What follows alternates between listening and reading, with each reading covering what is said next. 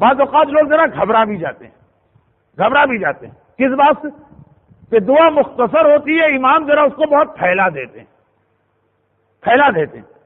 تو اب ہوتا یہ ہے کہ کبھی کبھار کسی دعا کی ہم فضیلت بتاتے ہیں کہ بھائی آج ہم دعائے سماعت پڑھیں گے، اس کی اتنی فضیلت. جی آج ہم دعائے کمیل تو مشہور ہو گئی ہے اس لیے لوگوں کو پتا. آج ہم مثلا دعائے عرفہ پڑھیں گے، اس کی اتنی فضیلت. آج ہم دعائے ابو حمزہ صومالی پڑھیں گے، اس کی اتنی فضیلت کے شوق میں لوگ بیٹھتے ہیں. مگر اب جو دعا شروع ہوئی تو ایک گھبراہٹ ہوتی ہے کہ ختم کب ہوگی. کتاب اگر ہاتھ میں ہے تو ورق پلٹ کے دیکھے جاتے ہیں 4 صفحے رہ گئے کہ 3.5 صفحے رہ گئے. تو اب آدمی بعض اوقات سوچتا، کہہ بھی دیتے ہیں. اب جیسے دعائے کمیل بظاہر 2 باتیں، گناہوں کی توبہ کرنا اور کچھ چیزیں طلب کرنا. اس کے لیے اتنی لمبی دعا ہے کہ 15 سے 17 منٹ لگ جاتے ہیں. اگر مجھ جیسا پڑھنے والا اور اگر مناسب رفتار سے پڑھنے والا تو آدھا گھنٹہ لگ جاتا. تو اصل مسئلہ یہی کہ جیسا ابھی آج کی تقریر کے آخری حصے میں آپ نے سنا کہ دعا جو ہے خاص طور پر امام کی دعا، یہ وہ دعائیں نہیں جو ہمارے کسی خاص مسئلے کو حل کرنے کے لیے، اس کے لیے تو ہیں. دعا کے حوالے سے وہ سارے پیغام بھی ہم کو دینا ہے جو دعا کی فلسفی، وہ عقیدے بھی ہم کو مضبوط کرانا، وہ معرفت خدا بھی ہمارے دلوں میں پیدا کرنا، وہ تربیت کے پیغام بھی دینا، وہ ناممکن کو ممکن بنانے والی باتیں بھی سمجھانا. تو چاہے اگر پیغام اتنا سا ہو کہ اے خدا مجھے معاف کر دے، مگر اس کے ساتھ آپ دیکھیے کہ کس طرح سے دعا کے جو سائڈ کے فائدے وہ ان ساری دعاؤں میں بتائے جاتے ہیں.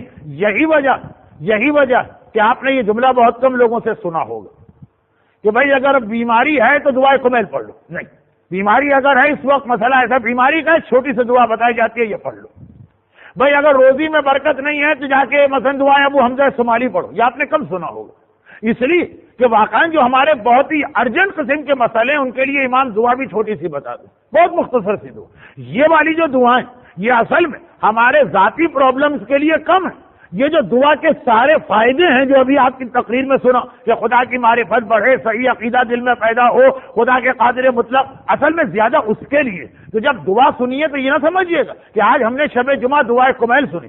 آج یہ سمجھیے گا کہ اس شب جمعہ ہم نے پورے اسلامی عقائد کا ایک جائزہ سنا، ایک خلاصہ سنا، ایک سمری سنی، اپنے سارے عقیدے کو ہم نے ریفریش کیا. یہ گویا قسم کا کورس ہے. جو معصومین کی دعائیں ہیں ان کا سب سے بڑا مقصد یہ، اور جو ہمارے پرسنل میٹرز ہیں ان کے لیے قرض ادا کرنے کی دعا مختصر بتا دیں گے، ان کے لیے صحت کی دعا ایک مختصر سی بتا دیں گے، ان کے لیے مثلا روزی کی دعا ایک مختصر سی بتا دیں گے، حج کے لیے 1 لائن کی دعا ہوگی.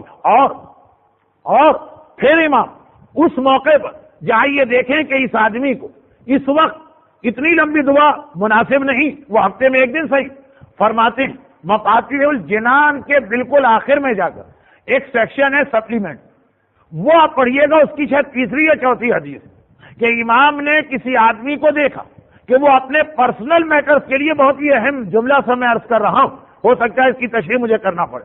کسی کو دیکھا کہ اپنے کسی پرسنل معاملے کے لیے بہت لمبی دعا پڑھ رہا. معاملہ ذاتی اس طرح کا نہیں ہے کہ اسلام کا خلاصہ ربط کرنا، عقائد کو دوبارہ ذہن میں تازہ کرنا، عملی دنیا کے پریکٹیکل پرابلم جو تبلیغ کے حوالے سے اس لیے نہیں، اپنا کوئی پرسنل پرابلم. وہ مولا متقیان کہ یہ دعائے کمیل انہی کی، یہ وہ مولا متقیان کہ دعائے مشلول انہی کی، وہ مولا متقیان کہ جن کی دعاؤں کا پورا کلیکشن ہے صحیفہ الویہ کے نام سے. وہ اس کو روکتے ہیں اور منع کرتے ہیں، کہتے ہیں کہ اے شخص یہ مفاتیح الجناح کے آخر میں جو اس کے ملحقات ہیں، جو سپلیمنٹس ہیں، اس کی حدیث روکتے ہیں اور کہتے ہیں کہ جو اللہ لمبی لمبی دعائیں سن کے قبول کرتا وہی اللہ چھوٹی دعا سن کے بھی قبول کرتا. کہا مولا میرا مسئلہ یہ 3-4 بڑے مسئلے کا یہ 1 لائن میں ہو سکتے ہیں. الحمدللہ علی کل حال واسأل اللہ من کل واستغفر اللہ من کل شر واسأل اللہ من کل خیر. اللہ کی تعریف ہر حالت، جتنے بھی میں نے گناہ کیے ان پہ توبہ کرتا ہوں اور جتنی اچھی چیزیں کائنات میں طلب کرتا ہوں. 3 جملے اس کو بتائے اور ایک روایت میں بس یہ مانگو گا. اگر اپنے مسئلے کے لیے دعا کر رہے ہو کہ جی ہمیں اللہ سے ایک دنیا کی ساری اچھی چیزیں مانگنا تو دعائے کمیل کی ضرورت نہیں.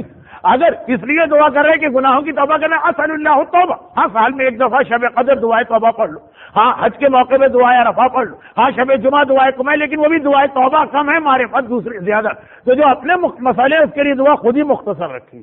اور یہ والی جو دعائیں ان کے بہت سارے دوسرے فائدے ہیں. تو فلسفہ دعا میں اس بات کا خیال رکھیے گا اور اس اطمینان کے ساتھ ان دعاؤں میں شریک ہویا کیجیے گا کہ یہ فقط ایک عام سی دعا نہیں، یہ گویا ہم اپنی وہ ذمہ داری ادا کر رہے ہیں کہ ہر ہفتے اپنے عقیدے کو چیک کرتے رہتے ہیں، اس کو مضبوط بنا کے جاتے ہیں، کبھی بھی اپنی میموری سے اس کو نہیں نکلنے دیتے۔ یہ سب دعا کے سائڈ کے فائدے ہیں۔